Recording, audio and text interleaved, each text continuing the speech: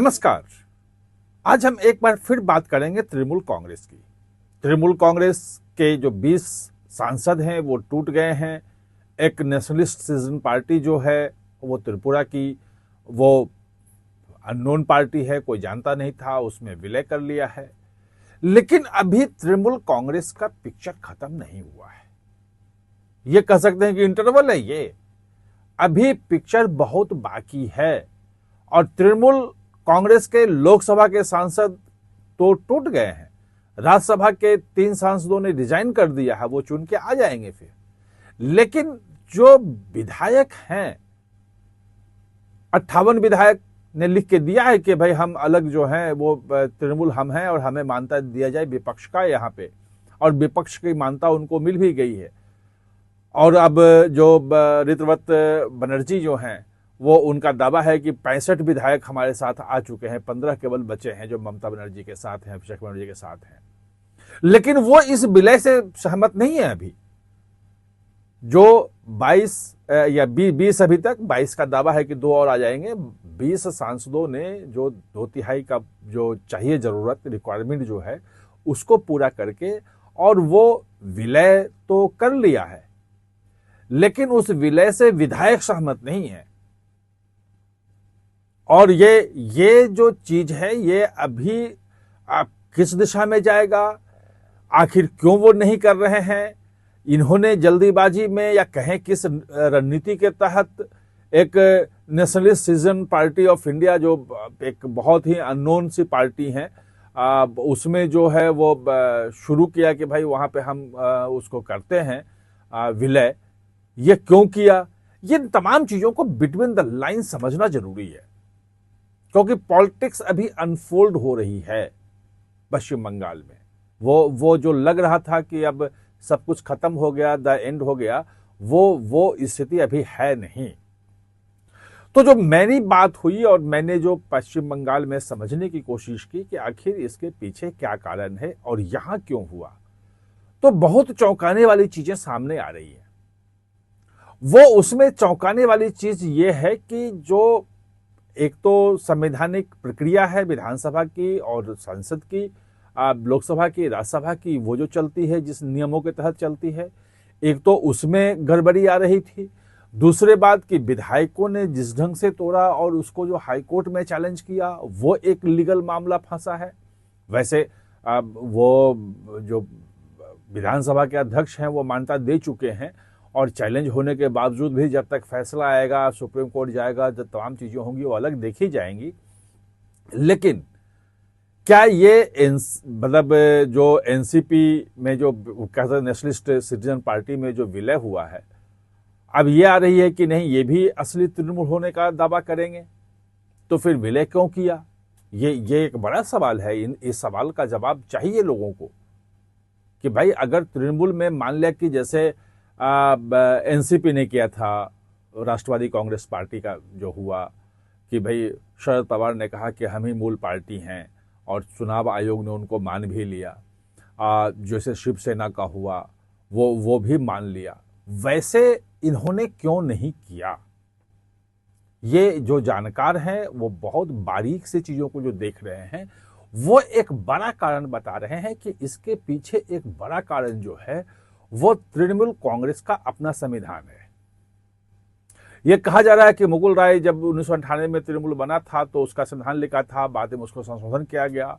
वो संविधान एक चूंकि पार्टी है, मान्यता प्राप्त पार्टी है, सरकार 15 साल से रही है, कई राज्यों में भी रही है, उसके मतलब कैंडिडेट खड़े होते रहे हैं, तो वो संविधान की कॉपी चुनाव आयोग के पास भी है। और अगर कोई स्प्लिट होता है, देखो जो 10th शेड्यूल है उसको समझना जरूरी है। वो जब तक उसकी बारीकियों को आप नहीं समझेंगे तो ये जो कानूनी दांव पेच है इसको आप समझ नहीं पाएंगे। कोई पार्टी अगर कुछ चाल चल रही है तो क्यों चल रही है, और उसका कोई बचाव कर रही है, काट ढूंढ रही है तो कैसे ढूंढ रही है। तो असल 10th शेड्यूल जो है वो 2 चीजें साफ साफ कहता है। वो 10th शेड्यूल ये कहता है कि कोई पार्टी जो है वो किसी दूसरी पार्टी में अगर मर्ज करने का फैसला लेती है तो वो उसका जो गवर्निंग बॉडी है, उसके जो प्राधिकारी हैं, वो एक बहुमत से वो मर्ज कर सकते हैं। लेकिन उसमें जो लेजिस्लेटिव पार्टी है, यानी कि जो लोकसभा, राज्यसभा और जो विधानसभा, पश्चिम बंगाल में विधान परिषद है नहीं, तो वो जो चुने हुए लोग आ रहे हैं लोकसभा के, उनकी भी लेनी पड़ेगी, 2/3 की सहमति लेनी पड़ेगी। अगर जो ये लोकसभा में मान लिया कि 2/3 अगर कांग्रेस, ये तृणमूल कांग्रेस से फैसला करे कि हम किसी में मर्ज होना चाहें, पहले वो फैसला करे, पार्टी फैसला करे, और उस पे 2/3 की मुहर लगानी पड़ेगी। ये मूल जो है वहां पे है।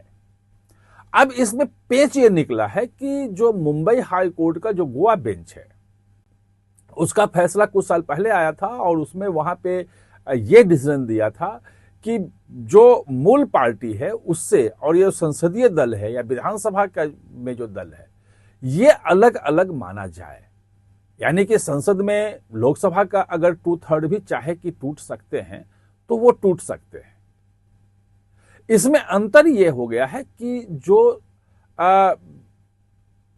इसका जो तृणमूल कांग्रेस का संविधान है, वो जो राज्य स्तरीय जो कमेटी है, उसकी गवर्निंग कमेटी जो है, उसको बहुत ज्यादा अधिकार उसमें दिया गया है। सारे फैसले वही ले सकता है और उसमें वही लोग हैं जो ममता बनर्जी के और अभिषेक बनर्जी के लोग हैं। तो वहां से मर्जर की बात करना, वहां वो समझाना, वो संभव नहीं है। वहां आप 2/3 का 1/3 का वहां तोड़ ही नहीं सकते किसी को, जो कि शरद पवार वाले मामले में एनसीपी में हो गया था और जो एकनाथ शिंदे ने यहां भी कर दिया था कि उनके उद्धव ठाकरे के साथ के लोग भी छोड़ गए थे। और यहां उस ढंग से क्लियर कट, भले पार्टी बाला साहब ठाकरे ने बनाई हो, उद्धव ठाकरे के पास आ गई हो, वो प्रमुख हैं, और एनसीपी तो खैर शरद पवार ने खुद बनाई और खुद ही उसके प्रमुख रहे, लेकिन उतनी सारी शक्तियां उनके पास नहीं दी गई थी संविधान में कि हमारी पार्टी है, उसको कोई जरूरत नहीं समझी गई थी। लेकिन यहां वो एक पेंच है। तो इसीलिए जब विधानसभा में 58 विधायकों ने ये कहा कि भाई हम ही मूल हैं और उसको चैलेंज किया गया, और जब उसको देखा गया कि भाई इस चैलेंज हाईकोर्ट में हुआ है, जवाब कैसे दिया जाएगा, तब उसमें निकल के बात आई कि भाई इसके लिए तो मूल तृणमूल कांग्रेस को ये बताना, साबित करना, और उसमें जब केस जाएगा चुनाव आयोग के पास शिकायत जाएगी कि भाई जो तृणमूल और 2 फूल वाले और घास का जो चुनाव चिन्ह है वो किसको मिलेगा, ये सब जब तमाम मामले उठेंगे, तो ये जो बागी जो विधायक हैं, इनको खुद को तृणमूल साबित करना और चुनाव आयोग के सामने साबित करना कि हम ही हैं और पूरी पार्टी जो है हमारे साथ है, ये बहुत मुश्किल हो जाएगा। ये जब अभी तो केस चल रहा है, खैर वो लंबा चलेगा वो, तो जब ये बात आई तो फिर हुआ कि अगर संसद में हम ऐसा करते हैं, पार्लियामेंट में, तो वहां भी मामला फंस जाएगा ये। तो पहले सेफेस्ट जो रास्ता है, जो हाईकोर्ट के ऑर्डर के हिसाब से भी है और 10th शेड्यूल के जो नियम है, दल बदल विरोधी कानून जो है, उसके तहत जो है वो सेफेस्ट ये है कि पहले इसको मर्ज करवा दिया, क्योंकि मर्ज होने के बाद पहले भी हो चुका है और वो चैलेंज होने से बात बनती नहीं है, और चैलेंज होगा तो होगा क्योंकि वो कानून सम्मत है। कई बार अभी आम आदमी पार्टी के साथ जो है राज्यसभा सांसद टूट के मिले हैं और ये पहले भी होता रहा है। तो एक चूंकि तय परंपरा है, और जो लगभग 90% मामलों में जो जितने भी फूट हुए हैं, तो कोर्ट में ने भी जो बागी विधायक या सांसद हैं उनके पक्ष में फैसला सुनाया है। तो ये सेफेस्ट रूट था, तो इसलिए वहां पे हुआ।